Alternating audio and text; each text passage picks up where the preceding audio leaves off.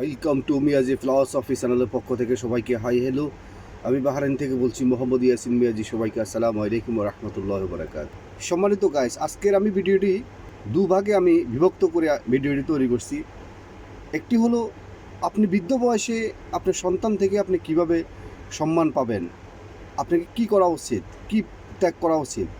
পাশাপাশি যারা বৃদ্ধদের সন্তান, আপনারা আপনাদের বাবা মার প্রতি, বৃদ্ধদের প্রতি আপনাদের কী করণীয়, এই দুইটা বিষয় আমি দুই পার্টে আলোচনা করব। সর্বপ্রথম বলবো, যারা বৃদ্ধ অবস্থা আছেন তাদের কী করণীয় উচিত। মানুষ যখন বৃদ্ধ হয়ে যায়, এটা স্বাভাবিক, এটা একটা নর্মাল একটা বিষয়। তখন মানুষের হাত পাও সঠিকভাবে কাজ করে না, কান চোখ সঠিকভাবে কাজ করে না, বডি সঠিকভাবে কাজ করে না, সেন্স সঠিকভাবে কাজ করে না। অনেক সময় মেজাজ মর্জি অনেক সময় অনেক হার্ড হয়ে যায়, যে কোনো সময় কথায় কথায় রেগে যায় এবং মুখের স্বাদ নষ্ট হয়ে যায়, দাঁত নষ্ট হয়ে যায়, দাঁত থাকে না। ওভারঅল সব কিছু মিলে একটা বৃদ্ধ মানুষের জীবনটা অনেক জর্জরিত, অনেক অবহেলিত। যদি কোনো সেই মুহূর্তে যদি কোনো আপনি আপনার সন্তান থেকে যদি কোনো আপনার অসম্মান পান বা সহযোগিতা না পান, তাহলে আপনার জীবনটা সম্পূর্ণ বৃথা। সেজন্য যারা বৃদ্ধ অবস্থায় সন্তানদের থেকে সম্মান এবং সহযোগিতা আশা করেন, তাহলে আপনাদেরকে সংসারের মধ্যে কিছু নিয়ম কানুন মেনে আপনাকে চলতে হবে। তাহলে আপনি কখনো আপনার বৃদ্ধ অবস্থায় আপনি কখনো আপনার সন্তান থেকে কখনো অবহেলিত হবেন না। মানুষ যখন বৃদ্ধ অবস্থা, যখন তার দুরবস্থায়, তার দুঃসময়, যখন তার সহযোগিতার প্রয়োজনে মানুষ সন্তান জন্ম দেয় এবং তার বংশ বিস্তারের জন্য মানুষ সন্তান জন্ম দেয়। কিন্তু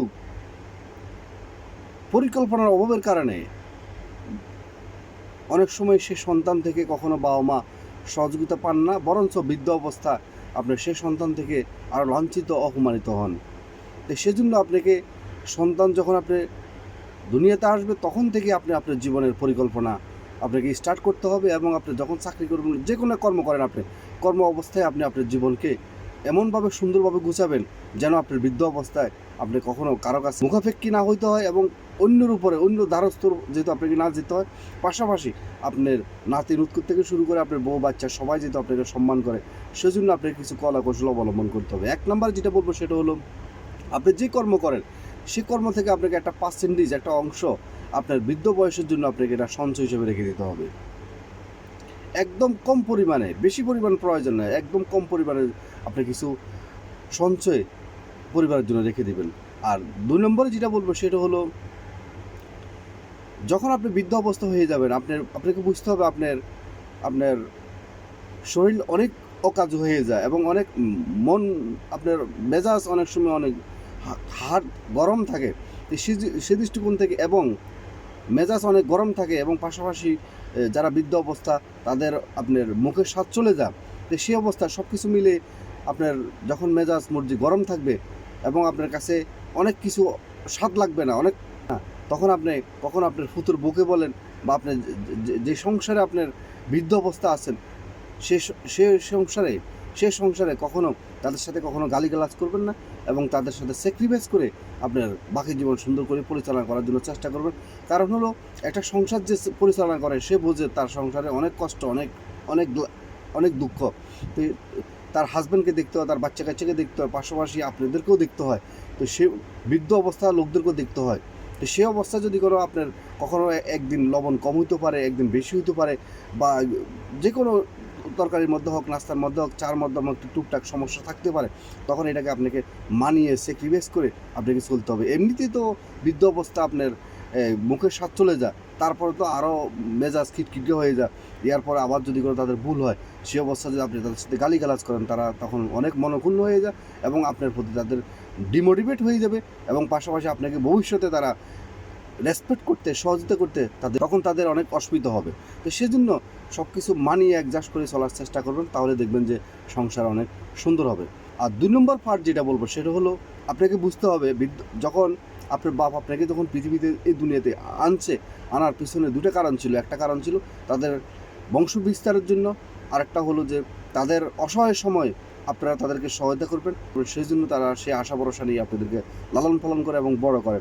কিন্তু আজকে দেখা যাচ্ছে সে লালন পালন তো দূরের কথা, সে সহজতা তো দূরের কথা, অনেক বাবা মাকে বউয়ের কথার কারণে হোক বা নিজের অযোগ্যতার কারণে হোক, না বুঝার কারণে হোক, অনেক সময় বাবা মাকে বৃদ্ধ আশ্রমে পাঠিয়ে দেন, কারণ বৃদ্ধ আশ্রমে পাঠানোর জন্য কখনো বাবা মা আপনার সন্তানকে কখনো লালন পালন করেননি, সন্তানকে কখনো জন্ম দেননি। সুতরাং এটা আপনাকে বুঝতে হবে।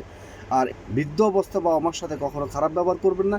এবং আপনি যখন সন্তান ছিলেন তখন আপনার বাবা বাজারে গিয়ে যখন সে ব্যবসা করুক বা চাকরি করুক, আসার সময় আপনাদের জন্য তাদের আপনাদের পছন্দ মতো অনেক খাওয়া দাওয়া, অনেক খেলনা ফেলনা আপনাদের জন্য নিয়ে আসতো, যেহেতু আপনার বাচ্চা ছিলেন, আপনার অবুঝ ছিলেন।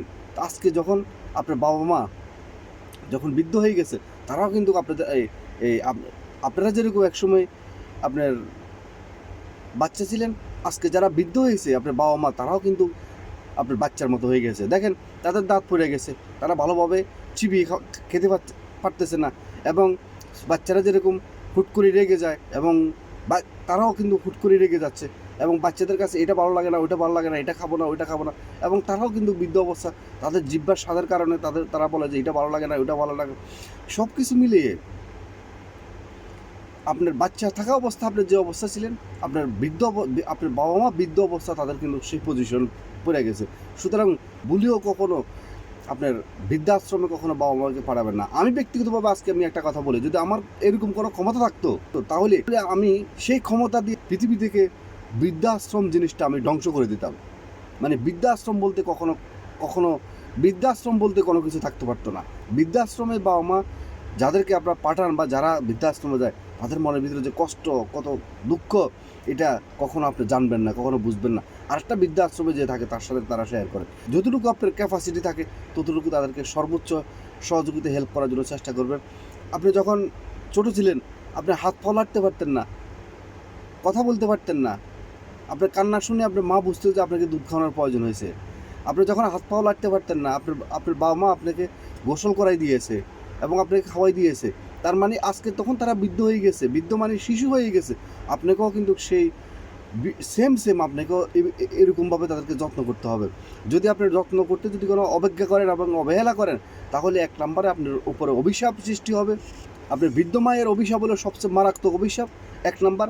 আর দুই নম্বর হলো আপনার সন্তান যারা আছে, আপনার পরবর্তী জেনারেশন যারা আছে, তারা কিন্তু এটা একদম ভালোভাবে শিখে নিচ্ছে। আপনি যে কারণে আপনার বৃদ্ধ বাবা মাকে অসম্মান করতেছেন, সেম আপনার সন্তানেরও আপনাকে বড় হওয়ার পরে সেভাবে আপনাকে অসম্মান করবে। প্রকৃতি কখনো কাউকে ছেড়ে দেয় না। তো সুতরাং এগুলো আপনাদেরকে মাথায় রাখতে হবে। এবং এটা সংসার সুখে হয় স্যাক্রিফাইসের মাধ্যমে। স্যাক্রিফাইস করে সবসময় চলার চেষ্টা করবেন, দেখবেন যে সংসার অনেক সুখী হবে। আর পৃথিবীতে সবচেয়ে আপন লোক হলো একজন হাজব্যান্ডের, একজন বন্ধু বলেন এবং আপন লোক বলেন, সবচেয়ে আপন লোক বলেন সে হলো তার স্ত্রী। এবং একজন স্ত্রীর সবচেয়ে আপন লোক হলো, কাছের মানুষ হলো এবং বন্ধু হলো তার হাজব্যান্ড। এবং সে হাজব্যান্ড ওয়াইফ থেকে যখন পৃথিবী থেকে চলে যায় বৃদ্ধ অবস্থা, তখন সে আরও অনেক ভেঙে পড়ে, তখন তার আরও দুরবস্থা হয়ে যায়, তাকে বোঝার মতো আর কেউ থাকে না। তো সুতরাং আপনারা তাদেরকে কখনো বৃদ্ধ অবস্থা কখনো অবজ্ঞা করবেন না। এবং এটা আপনি আজকে যেটা করবেন সেটা আপনার সন্তানেরও আপনাদের সাথে সেটা করবে। আমি দুজনকেই বলবো, আপনারা যারা বৃদ্ধ অবস্থা আছেন, আপনাদের সন্তান থেকে সম্মান যদি পেতে চান এবং ছেলের বউ থেকে যদি সম্মান পেতে চান, তাহলে আপনাকে আপনার মুখের স্বাদের চিন্তা করলে হবে না, এবং আপনাকে জবান বন্ধ রাখতে হবে। দেখবেন যে সংসার অনেক সুন্দর যাবে। অনেক বৃদ্ধ বাবা মায়ের যারা সন্তান আছেন, তারা খুব সাবধান, তাদের প্রতি কখনো অবজ্ঞা করবেন না, অবহেলা করবেন না।